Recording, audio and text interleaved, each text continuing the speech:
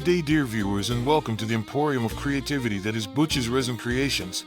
I'm your host, Butch, and I'm here to share my latest fantastical video with you. A southern man with steady hands, as crafty as can be. Well, hello everyone, and welcome back to my channel. So today's video is about a skull, and so it must be Skull Sunday. This is a collaboration with Leela from the Nerd Goblin Art and Kaz from the Dragon's Cave. So the skull mold I'm using is a candle mold from Temu, and of course I'll link it in the description, and yes, everyone needs this particular mold. So anyway, today I'm just going to waffle on a little bit. We're going to watch the process, and I'm going to try to, kind of talk you through it a little bit. It's relatively easy. This is just it's a dry brushing technique with some metallic waxes that I have from Finnabair, and I will try to link a few of those in the description also. If you don't have any waxes, you need to get waxes because they are just amazing to use as paints, and they're real easy to use, and you get such good color and such good coverage. But anyway, so as you see, what I do is after I pour the mold, I use black resin to pour my molds in, and then once they come out, I will paint them with a heavy black gesso. That will allow the paint to essentially stick to the resin. Otherwise it just will slide off because resin is so thick, so slick. Words, As you can tell, I haven't waffled in a while. It's so much easier to do music, but you don't get to hear this lovely voice, I know.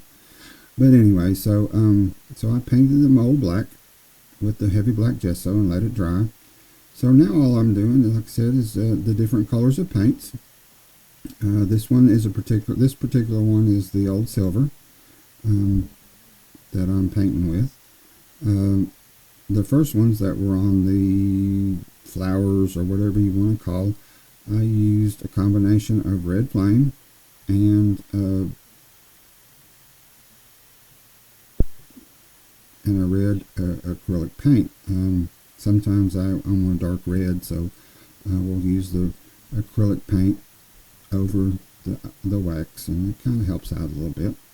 So anyway, so as you can see, it's just a matter of using in this case, this is a little stiffer brush than normal. I'm trying to control the coverage and everything.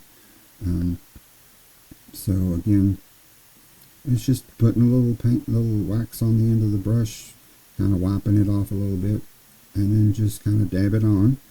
And as you can see, it kind of highlights, and just you don't have to be heavy-handed with it.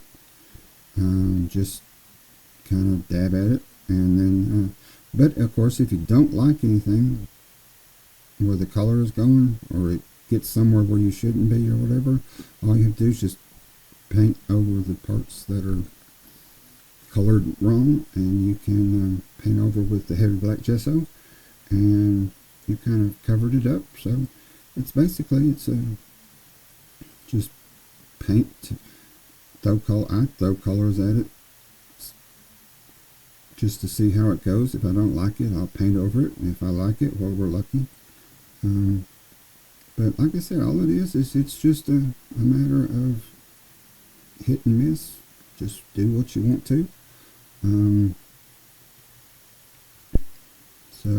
Like I said, I did parts of the skull, parts of this in that electric violet purple that I have, and the garment that's around the skull right there is purple, and then basically the black background of it is the purple.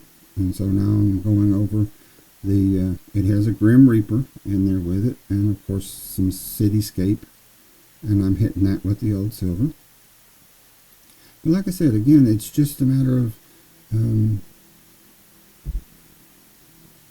painting It's not hard. See, as you can see, I get real excited sometimes. But anyway, so this is kind of, like I said, it's just a hit and miss. It's a dry brushing paint technique that, like I said, it's not difficult. It takes a little bit of control, a little bit of learning how much paint's on the brush, how much wax, how much you can, So it's basically, it's just a matter of sitting down, and like I do sometimes, I just sit down and throw something at it, and if I don't like it, then I'll end up changing it.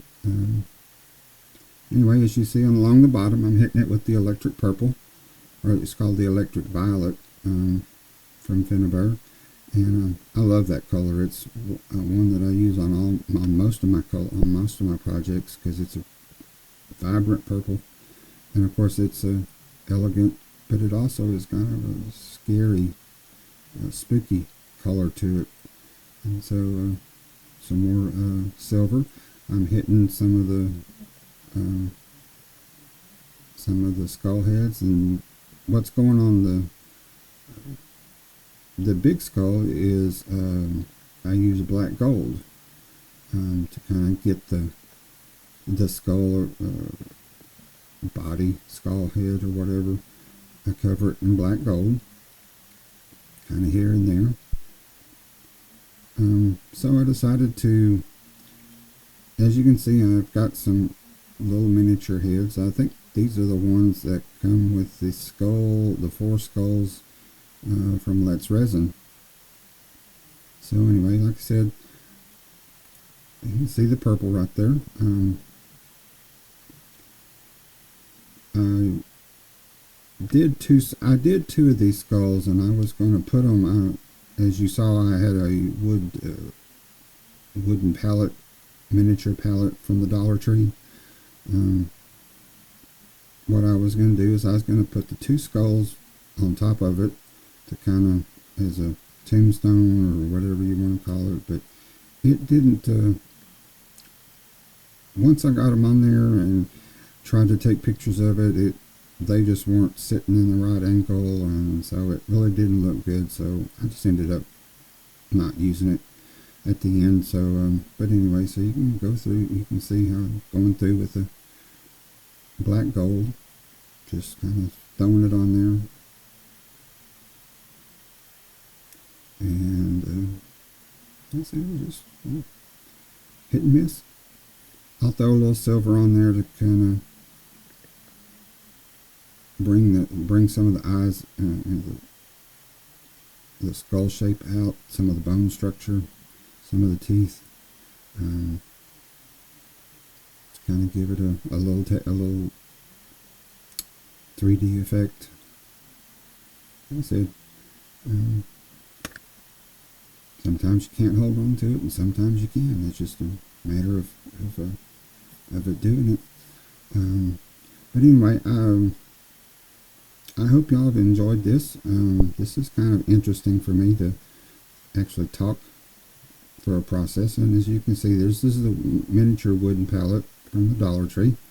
I painted black with the black gesso, and now I'm going over it with some of the red flame. Kind of give it some color, and then I also go over it with the silver, just to kind of bring out some of the shape, and just kind of give it a frame, give it a little bit of a metallic look. But anyway, so again, I appreciate you. If you've hung in here for this long, I can't appreciate how much it means to me for you to hang in there till the end with me. And this process is fun. I really enjoy it. Again, thank you for hanging in there. We're fixing to wrap this up, as they say. I'm putting some glue. I use a heavy body gel for the glue with the resin, and it seems to be the only thing that I can find other than hot glue that will glue resin to anything, and it's a sturdy glue, and I will be sure to try to link this in my description. Again, this is a collaboration, Skull Sunday, with Lula and Kaz. I hope you've enjoyed this process. It's been fun for me, waffling. Haven't done it in a while, so I've got to get back into talking a little bit more. But as you can see, I put skulls on it, but I ended up not doing it. And so, again, thank everybody. Thank all my subscribers, all my likers, subscribers, everybody. I can't thank you enough for hanging in there and supporting me, all that you have. And I appreciate it so much, and I can't thank you enough. As you can see, we're coming to the end. There will be a couple of glamour shots at the end. I hope you've enjoyed this. I hope I haven't scared you with the voice, or just, but anyway, y'all have a good day, and we'll see you again real soon. Ta-ta for now.